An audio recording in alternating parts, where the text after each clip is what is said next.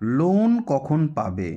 আজকের তারিখে সবচেয়ে ইম্পর্টেন্ট একটা প্রশ্ন হলো যে গুরুজি, আমি এসবিআই এ ফাইল জমা করেছি বা ইউকো ব্যাংকে ফাইল জমা করেছি, লোন কবে পাবো, স্যাংশন কবে হবে বা গ্রান্ট কবে হবে? দেখুন, লোনের বিচার করা হয় ষষ্ঠ ভাব থেকে।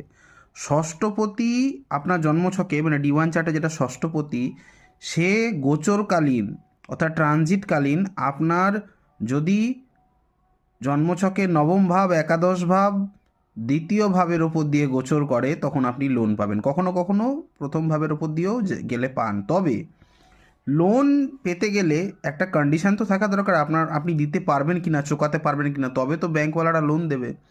সেক্ষেত্রে অতি অবশ্যই আপনি লোন, যিনি বিচার করবেন, অবশ্যই 4th হাউস, অবশ্যই 11th হাউস, 10th অর্থাৎ আপনার কাজকর্ম, আপনার ব্যবসা, আপনার 7th হাউস দেখে তারপর এটা বিচার করা বলা ভালো।